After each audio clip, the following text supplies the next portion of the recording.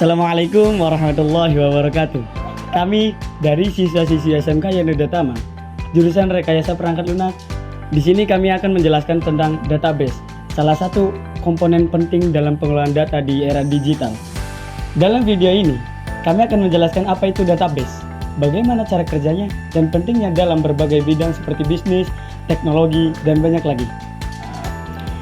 Kita juga akan menjelajahi konsep dasar database, bagaimana cara membuat dan memasukkan datanya ke dalam tabel menggunakan MySQL, termasuk struktur, fungsi, dan pentingnya memelihara data yang efektif dan efisien agar pengelolaan database menjadi lebih mudah dan cepat.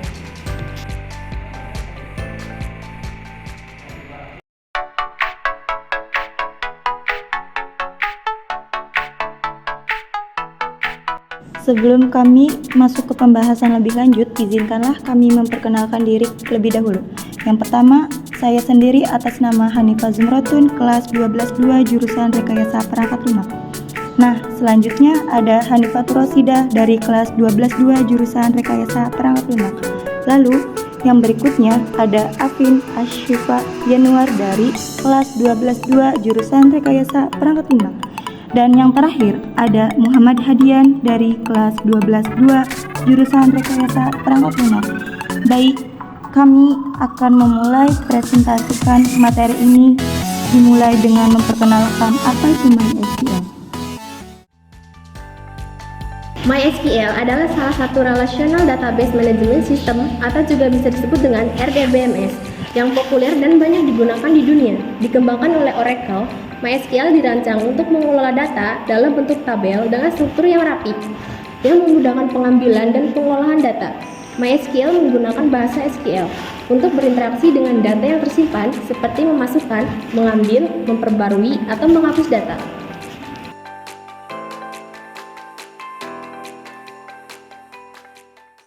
Database adalah suatu komponen yang menjelaskan tentang sinopsis atau... Salah, bukan gitu. Yang benar itu adalah database adalah kumpulan data yang diatur dalam bentuk tertentu yang disimpan dan dikelola secara sistematis agar mudah diakses, diubah, dan dikelola.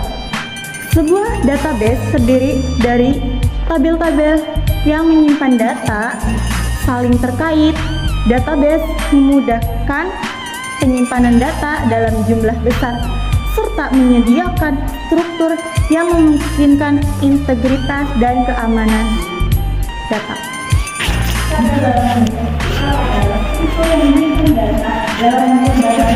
Hei, gantian dong! Tabel dalam MySQL adalah struktur yang menyimpan data dalam bentuk baris dan kolom. Setiap tabel berisi sejumlah kolom yang mendefinisikan tipe data, seperti teks, angka, dan tanggal. Dan baris-baris yang menyimpan data. Sebenarnya, tabel memungkinkan data disusun dengan rapi, sehingga mudah untuk melakukan pencarian, pengelompokan, atau pengurutan. Misalnya, dalam sebuah database, pelanggan database dapat menyimpan data seperti nama, alamat, nomor telepon, dan email pelanggan.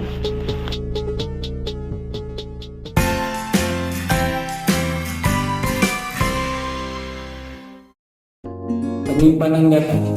MySQL digunakan untuk menyimpan data dalam jumlah besar dan terstruktur, mulai dari data sederhana seperti daftar kotak hingga data kompleks seperti transaksi penjualan. Yang kedua adalah pengelolaan data. MySQL menyediakan berbagai fitur untuk mengelola data seperti menambahkan, mengubah, menghapus, dan mencari data dengan efisien. Yang ketiga adalah pembuatan aplikasi. MySQL sering digunakan sebagai backend untuk berbagai jenis aplikasi seperti aplikasi web, aplikasi mobile, dan aplikasi desktop. Yang keempat adalah analisis data. MySQL dapat digunakan untuk melakukan berbagai jenis analisis data seperti membuat laporan, membuat grafik, dan melakukan perhitungan statistik. Yang kedua adalah tipe data. Tipe data dalam MySQL memiliki jenis nilai yang dapat disimpan dalam sebuah core. Pemilihan tipe data yang tepat akan mempengaruhi efisiensi penyimpanan dan kinerja query. Beberapa tipe data yang umum digunakan adalah yang pertama, integer. Integer digunakan untuk menyimpan bilangan bulat, misalnya int dan begin. Yang kedua adalah desimal. Desimal digunakan untuk menyimpan bilangan desimal, contohnya desimal dan float. Yang ketiga adalah string. String untuk digunakan untuk menyimpan teks, misalnya chart, varchar, dan teks. Yang keempat adalah date and time. Digunakan untuk menyimpan tanggal dan waktu, misalnya date, time, timestamp. Yang kelima adalah boolean. Boolean adalah digunakan untuk menyimpan nilai benar atau salah. Yang keenam adalah enum. Digunakan untuk menyimpan nilai dari satu set nilai yang telah ditentukan. Yang ketujuh adalah set. Set digunakan untuk menyimpan satu set nilai dari beberapa nilai yang telah ditentukan.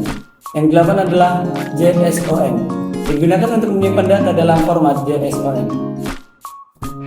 Yang ketiga, jenis kunci dalam SQL. Kunci dalam SQL digunakan untuk menjaga integritas data dan hubungan antar tabel. Beberapa jenis kunci yang penting adalah, yang pertama adalah primary key. Kunci unik yang mengidentifikasi setiap baris dalam tabel secara unik. Setiap tabelnya hanya boleh memiliki satu primary key. Yang kedua adalah foreign key. Foreign key adalah kunci yang mereferensikan ke primary key pada tabel lain. Digunakan untuk membuat hubungan antar tabel, one to many, many to many. Yang ketiga adalah unique key. Unique key adalah kunci yang menjamin nilai dalam kolom tersebut unik, tetapi tidak harus menjadi primary key. Yang keempat adalah index. Index adalah struktur data yang digunakan untuk mempercepat pencarian data pada kolom tertentu.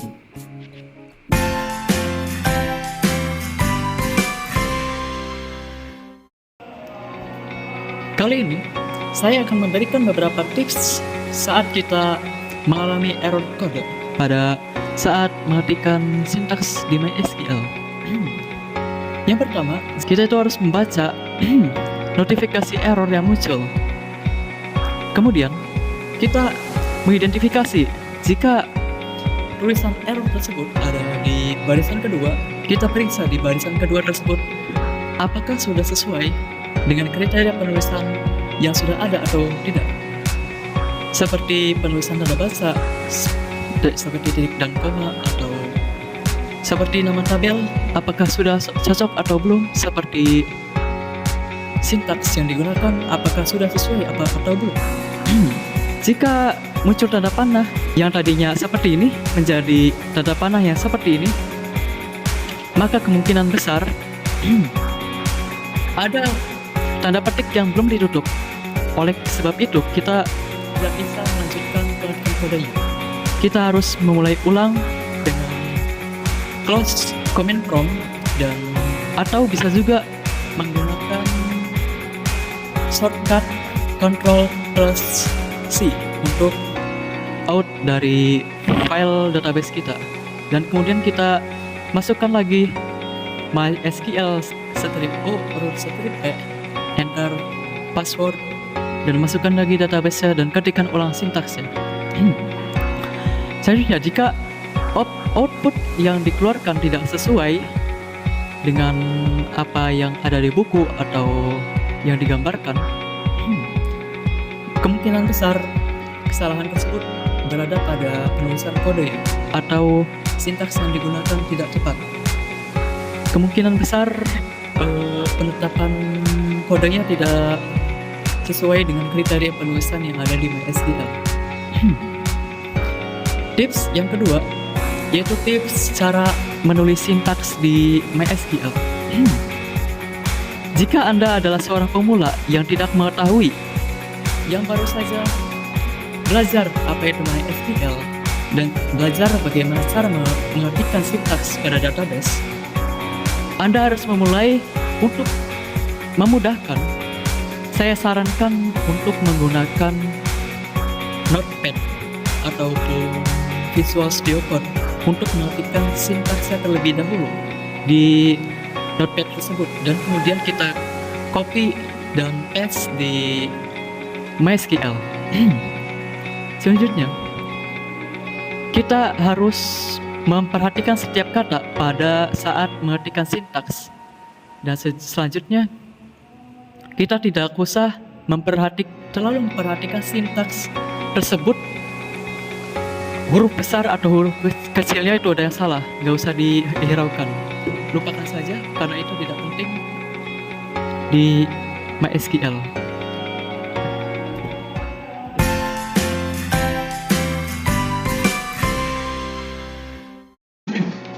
Baik, kali ini saya akan mulai mempresentasikan bagaimana caranya mengetikkan sintaks di MySQL. Yang pertama, kalian itu harus memulai dengan membuka SAPI terlebih dahulu, kemudian mulai mengaktifkan MySQL, kemudian buka menu cell pada MySQL.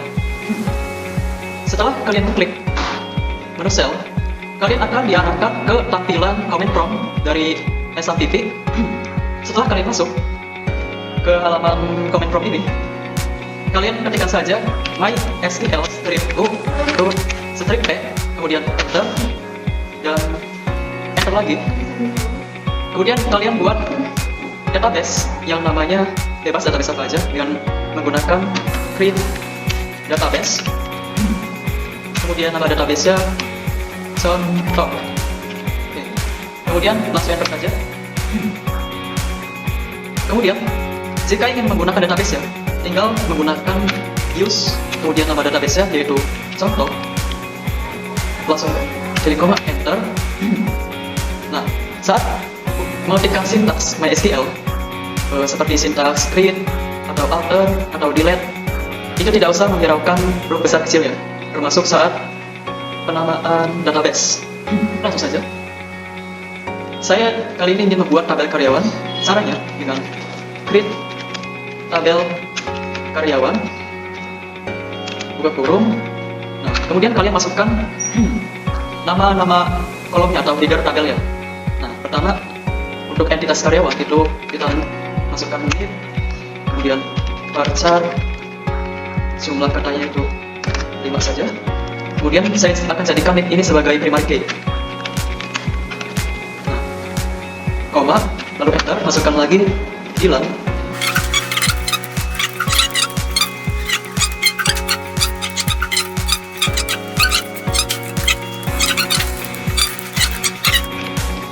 Gaji integer, nggak usah dikasih koma, langsung enter saja jika data terakhir. Kemudian tutup kurung, koma. Di sini ada muncul keterangan error. Kita baca dulu error pada garis ketiga. Kita hitung 1, 2, 3. Kita lihat di sini untuk penamaan. Oke, sudah benar. Nah, bisa dilihat ini ada kesalahan pengetikan, yaitu kita tertinggal huruf A. Nah, kita beresin lagi, beresin dulu. Create tabel karyawan, kemudian varchar, nama depan jangan lupa kita ganti, tambahkan A, kemudian enter, kemudian nama belakang, nah, isi aja saja. Nah, kalau mau mengetikkan sintaks itu kita nggak usah ragu buat enter ya, langsung saja.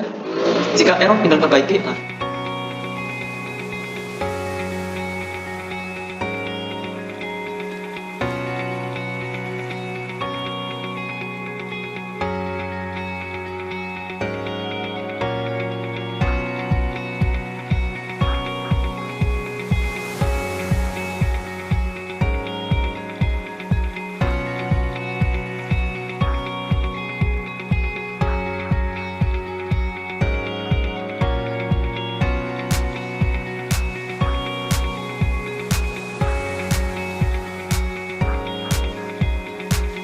dalam kehidupan kita,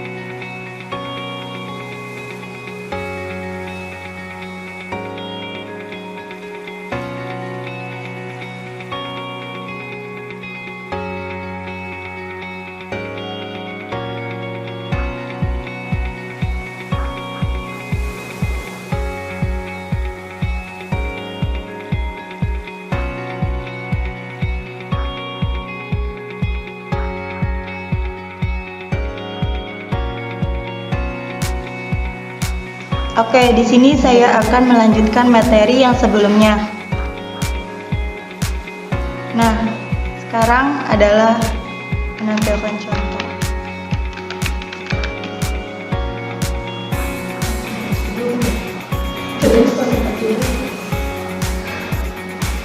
Oke, di sini saya akan menjelaskan tentang kegunaan sum, average, max, min.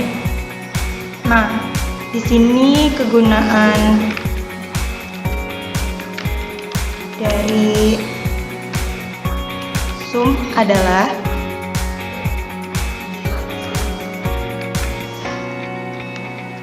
total gaji atau keseluruhan gaji.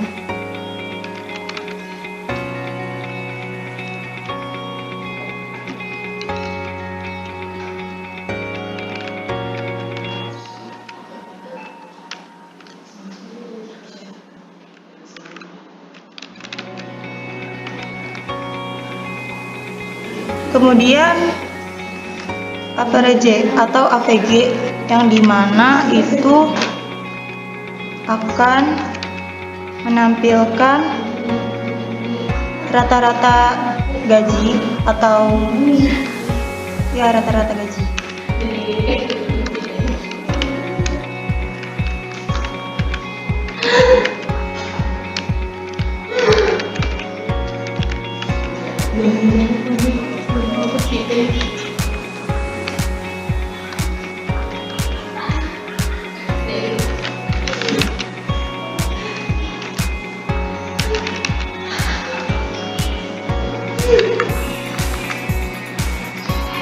Selanjutnya max, yang dimana kegunaan max itu untuk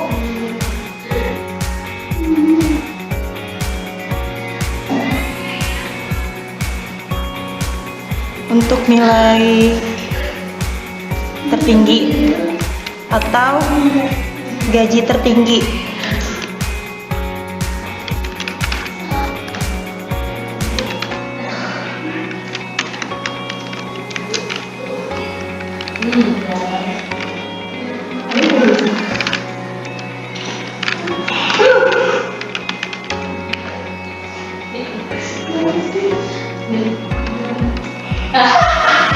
Selanjutnya yaitu min, yang dimana untuk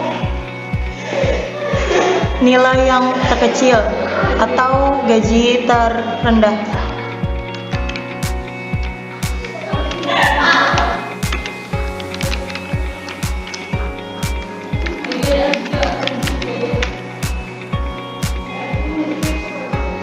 Kemudian round,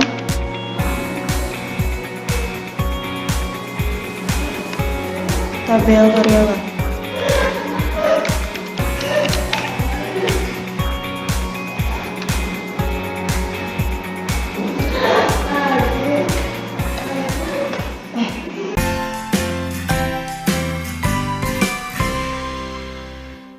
Database mempunyai banyak sekali manfaat.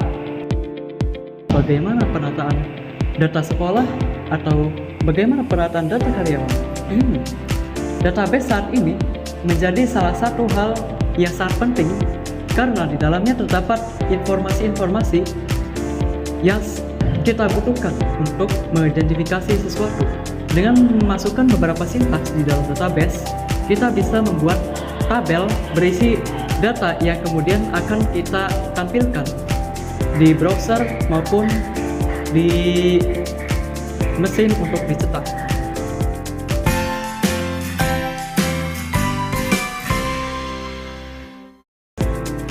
Sekian dari kami, semoga video ini bermanfaat. Wassalamualaikum